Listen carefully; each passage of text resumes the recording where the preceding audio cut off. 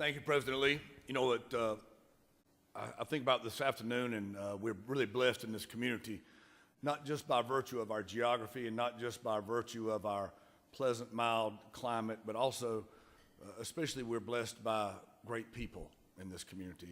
And this club is filled with great people. And I'm very, very honored to be here today and be among this group. The young man that I'm going to introduce has given me a lot of pleasure over the years, watching him develop from a child to a young man, to a responsible young man, to an energetic young man, to a distinguished and accomplished young man who had a start in life that was difficult. Having numerous diagnoses, and particularly on the autism spectrum, Will has overcome great obstacles to be an avid golfer, to be a member of the DECA Club, to be in the Key Club, to be an accomplished Chinese speaker, to one day want to study Chinese and business. And I think that he is going to do great things in our community and for our community. Will's journey is a little bit about this community and helping one another. And I know that Will look for Will to do great things in life and help many, many more. I would be remiss, though, if I didn't introduce his mom and dad, Kelly and Kirk. I said Katie, I'm sorry, Zant. Kelly and Kirk Barrett. It gives me great pleasure to introduce Will Barrett. Thank you, Will.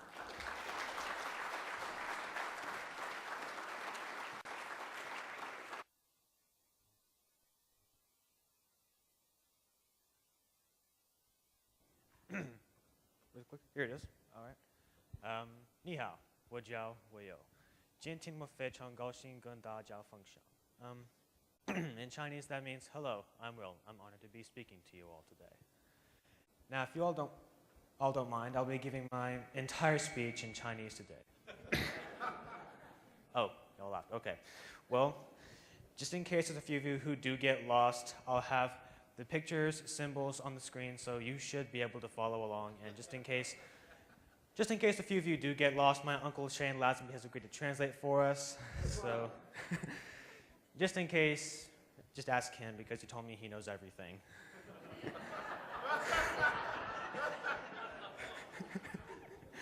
All right, I have Asperger's, which is a form of autism.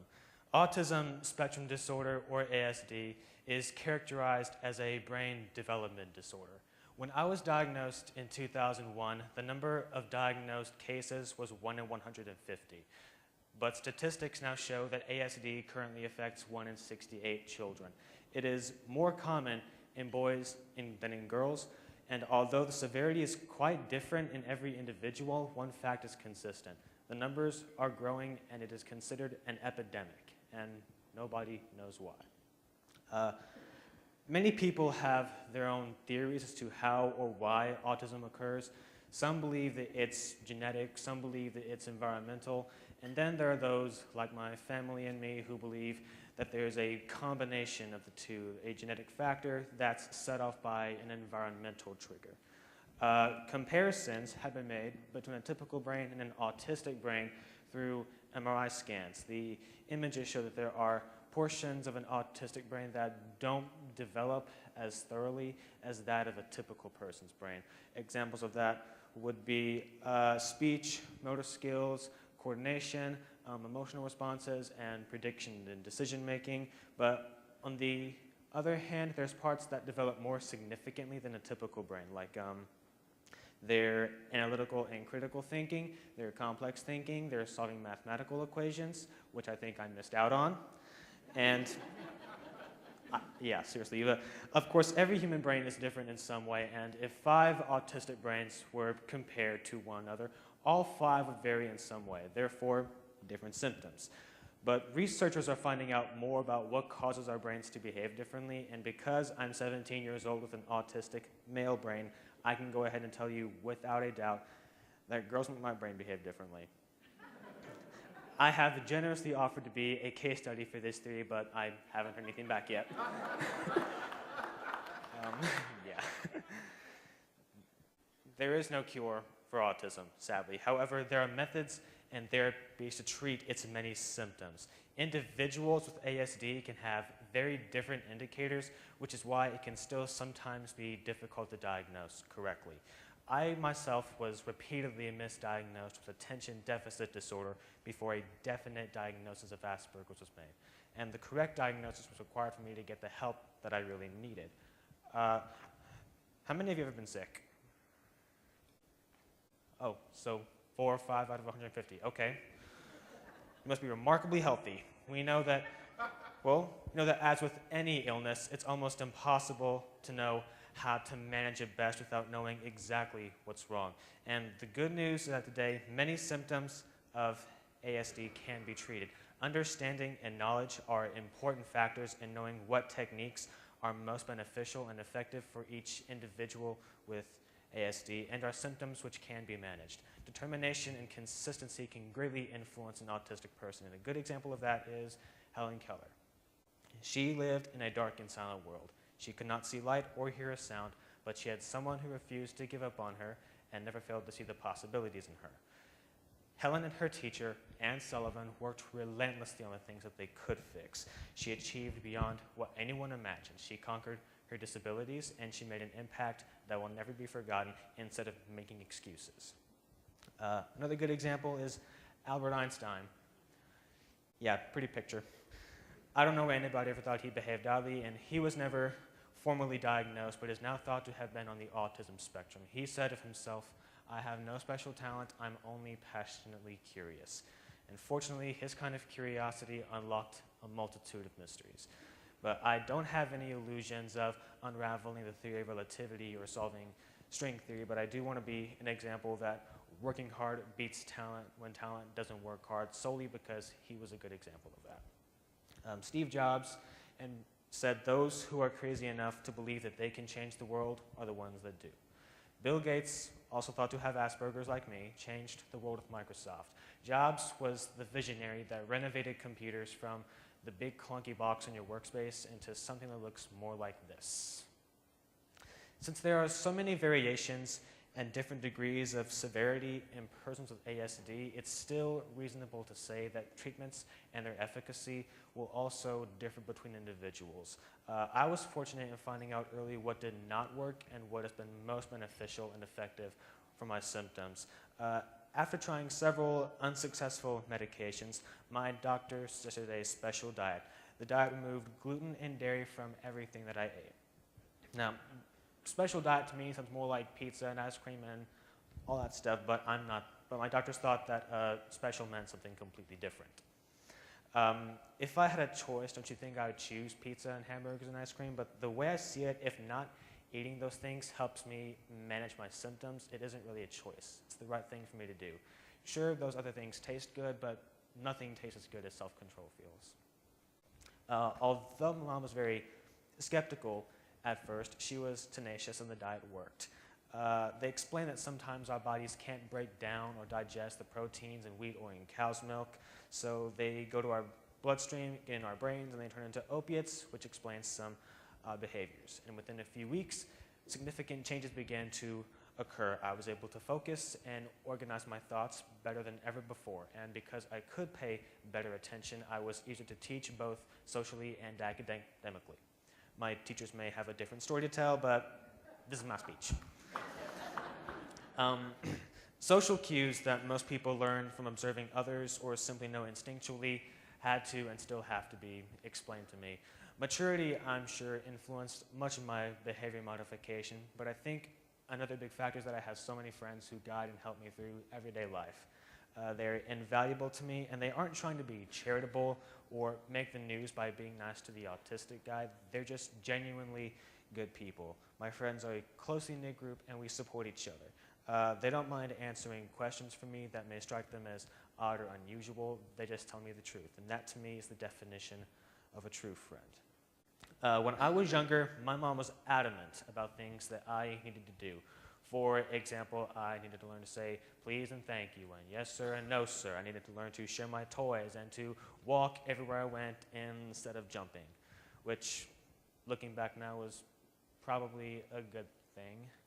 And yeah, I'm very glad I stopped doing that and because I'm guessing my friends would be a little less enthused about going places with me.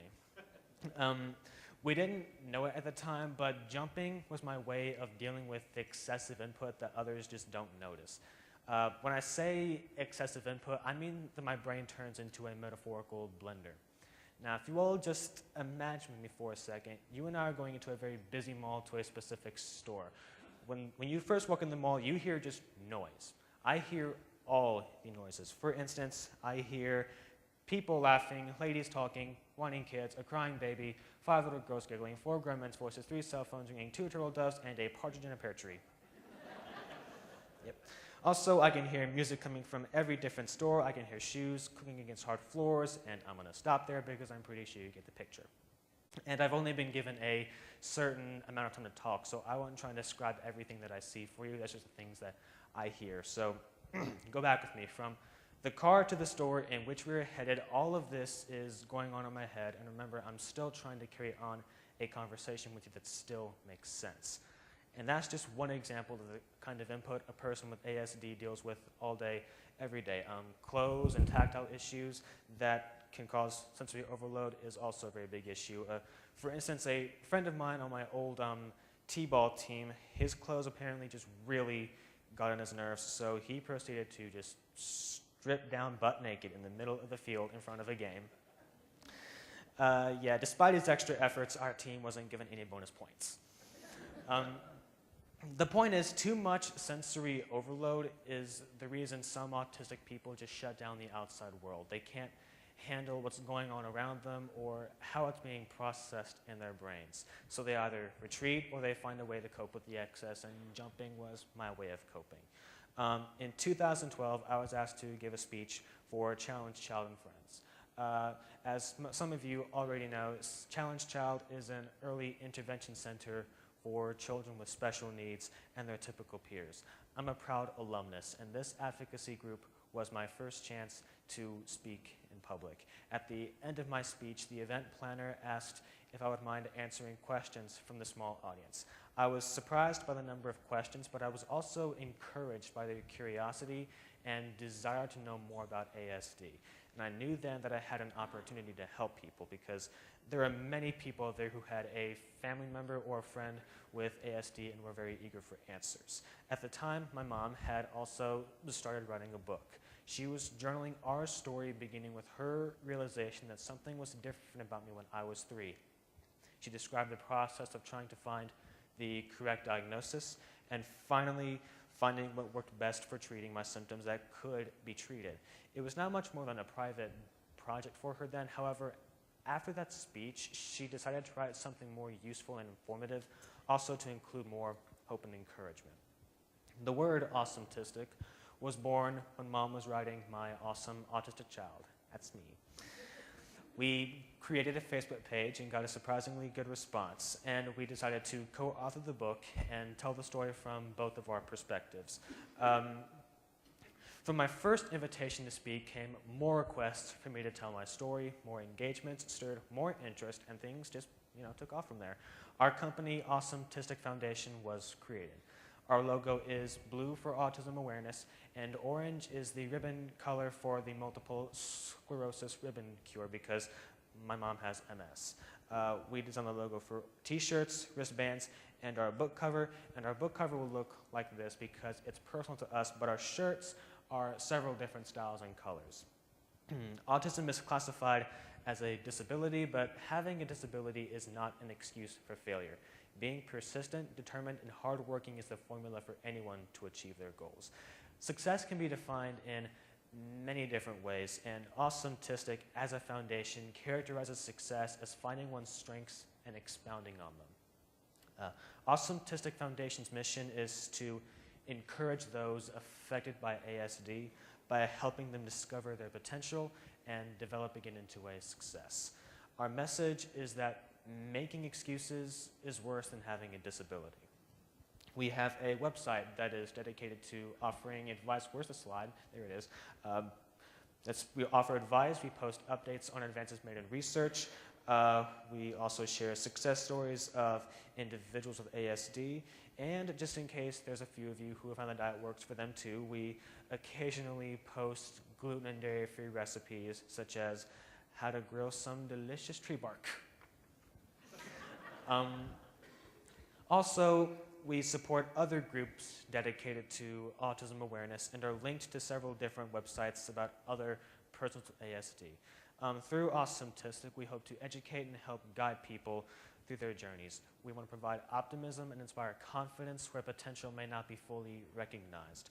Support for those of us with ASD and our caregivers is essential and can empower us to be successful regardless of the difficulties we may face. Awesometistic was launched by the realization that I could reach many people who struggle to find answers in the midst of uncertainty. Our goal is to help others discover what options work best for the symptoms that challenge them. We hope to have our book published soon. Awesometistic applies to all of us who are on the autism spectrum, and awareness is important, and we're dedicated to finding out more. And before I go on, I want to thank you for allowing me to shamelessly plug this book and our business.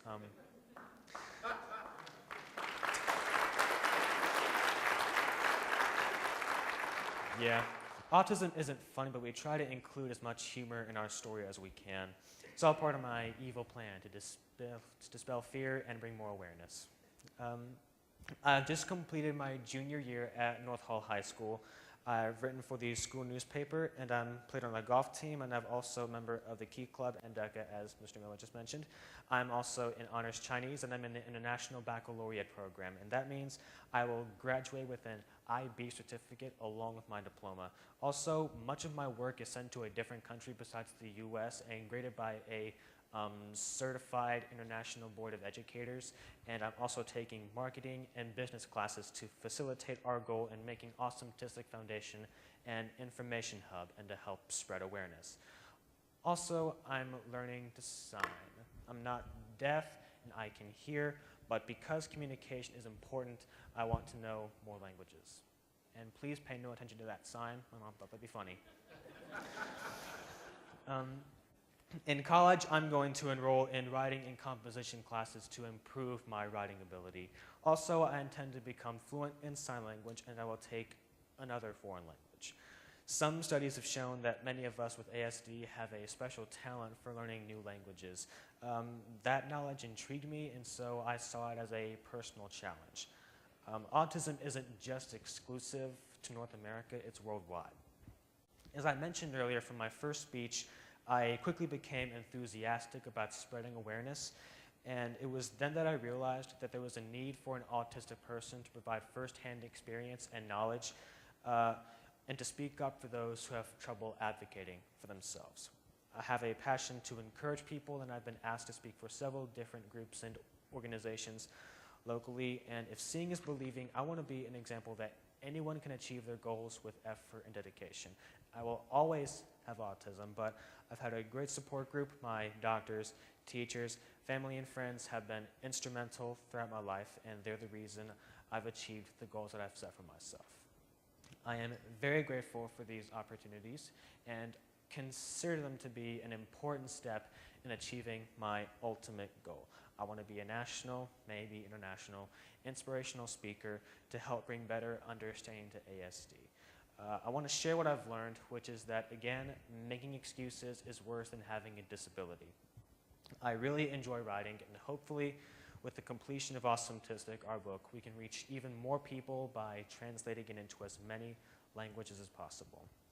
Now, I want to personally thank each and every one of you here today. This has been my first speech trying PowerPoint, and also my largest audience as the key speaker. It's really a huge milestone for me, guys. I also want to thank you all so much for your interest and for giving me the privilege to share my story with you. It's truly been an honor. 谢谢，何在前. Thank you so much.